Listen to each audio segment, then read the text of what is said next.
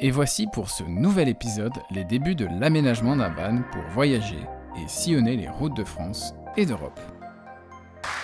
Bonjour, mon nom est Baptiste. Après plusieurs expériences de voyage, du trek en sac à dos au road trip en van, j'ai aujourd'hui le désir profond de partager et de vous inviter à vivre ces aventures à votre tour. De grandes expéditions au bout du monde, des escapades près de chez vous, Make Me Escape vous embarque pour vous faire découvrir de petites merveilles. Alors accrochez-vous, abonnez-vous, vous ne serez pas déçus du voyage.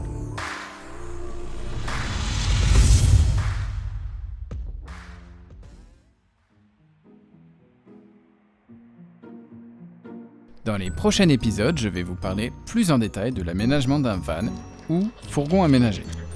Vous allez pouvoir suivre la quasi-totalité du projet en partant d'un fourgon neuf et complètement vide pour finir avec un véhicule capable de se faufiler sur les routes avec un maximum d'autonomie et de liberté. Si vous souhaitez suivre cette série, je vous conseille de vous abonner pour ne rien manquer.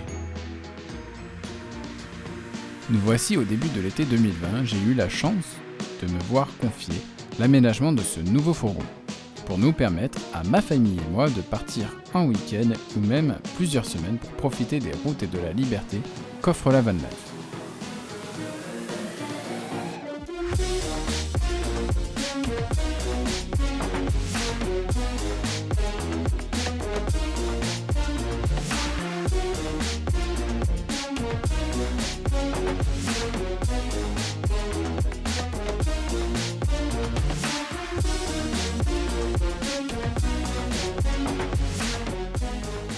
Attention, disclaimer, je ne vous mentirai pas ici, la van life n'est pas toujours la vie de rêve comme l'on peut la percevoir sur les réseaux sociaux. J'espère, à travers ces épisodes, vous donner un aperçu plus fidèle de la réalité. À ne pas s'y méprendre, cette dernière offre plein de points positifs comme partir sur un coup de tête sans avoir forcément à réserver un logement à destination par exemple.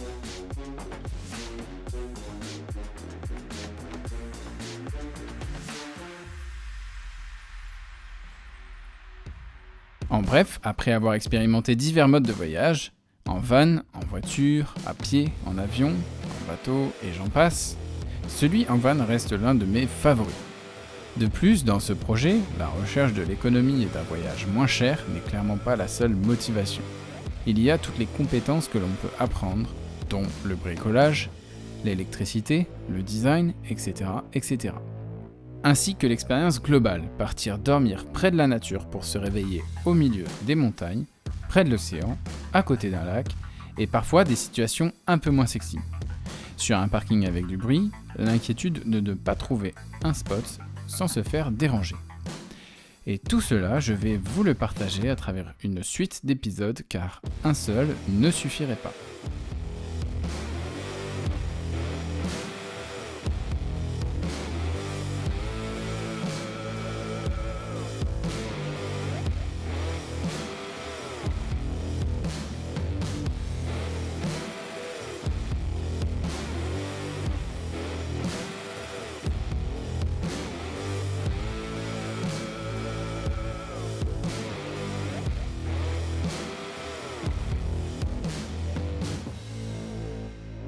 Donc voilà, ces derniers jours, j'ai été énormément dans la planification pour aménager le van que voici derrière moi. Un Peugeot Expert de 2019, donc tout beau, tout neuf. Et j'ai vraiment cette chance pour cet été de pouvoir profiter. Donc le voilà.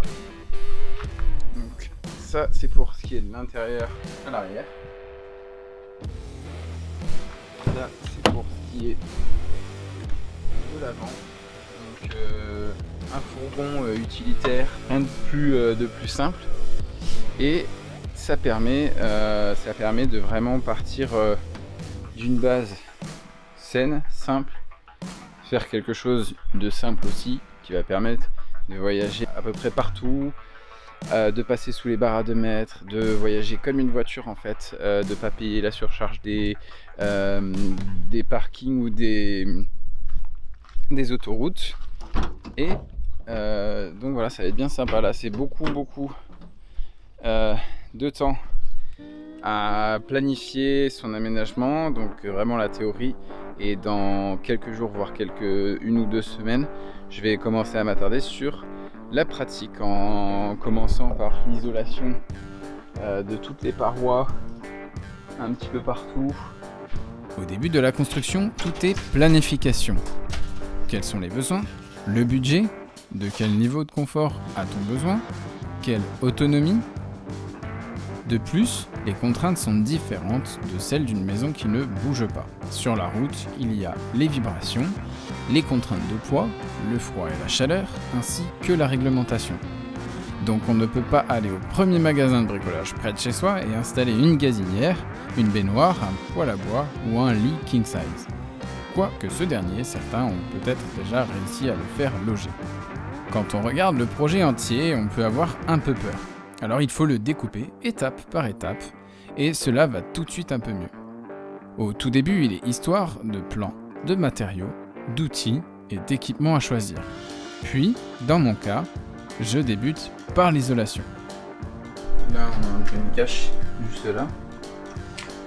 On va voir celui-ci, celui-là, tous ces petits caches ici, là.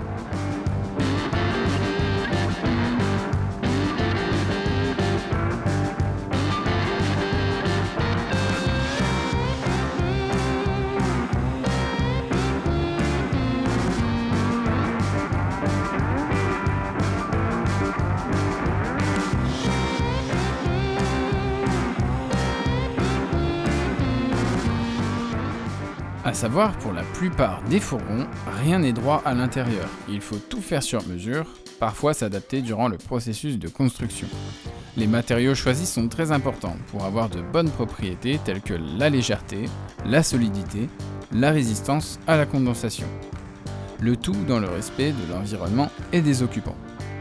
Mon choix s'est donc tourné vers du liège projeté, du liège expansé, un trio fibre fait de coton, lin et chanvre, ainsi que du bois pour les structures. Assez parlé ici, voici le résultat.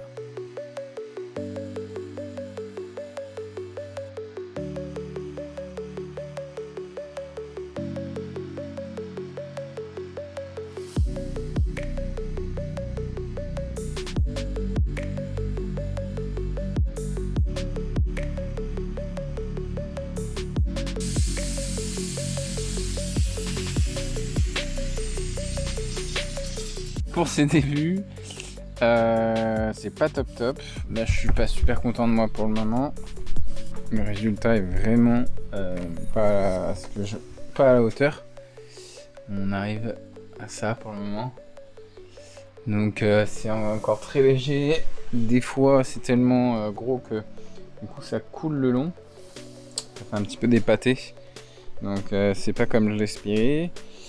Donc là, il faut que j'ajuste ma mixture. Alors après, un compresseur qui est lâché, un nouveau compresseur que j'ai ramené, le liège projeté qui a pas si bien marché. Ce matin, on voit bien, il y a des petites, ça coule un petit peu ici et puis là.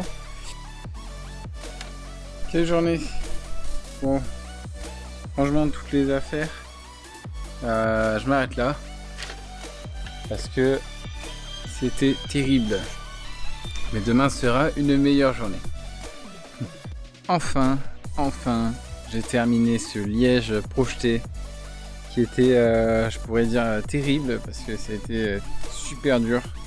Bien plus dur que ce que je m'y attendais. J'ai dû tester plusieurs possibilités. La colle avec le liège ensemble, la colle en premier, le liège après. Peindre la colle parce que quand je projetais la colle dans l'air, ça faisait des particules et je n'avais pas tout l'équipement adapté pour le faire, étant donné que entre les masques et les combinaisons, il n'y en avait plus dans les magasins de bricolage. Donc voilà le résultat. Je sais pas si on voit bien parce qu'il n'y a pas beaucoup de lumière. Voilà, donc le sol, je vais balayer parce que du coup je l'ai pas projeté sur le sol. Il y a quelques gouttelettes de comment on appelle ça, de colle. Et voilà, je suis mort. Allez, là on passe au sol. Donc pour le sol, j'ai prévu des plaques de liège expansé qui font... Je sais plus, je crois que c'est 3... Ouais, voilà, c'est 3 cm d'épaisseur. Elles sont juste là. Je les ai disposées juste comme ça pour tester. Entre chaque, donc je vais les découper, et entre chaque, je vais mettre les tasseaux pour supporter le contreplaqué et le parquet. Alors du coup j'ai zappé 1 ou 2 journées où j'ai dû un petit peu speeder pour l'installation, la finition du sol, du plancher, que j'ai fait donc avec des lamelles PVC. Je croyais que ça allait être du stratifié ou quelque chose comme ça, mais en fait pas du tout, pour résister à l'humidité et pour que ça soit lavable facilement. Là, on va attaquer donc les tasseaux. Donc, on va venir placer des tasseaux un petit peu partout le long ici. Enfin voilà, ça va être, ça va faire un petit peu des points structurels pour poser le lambris.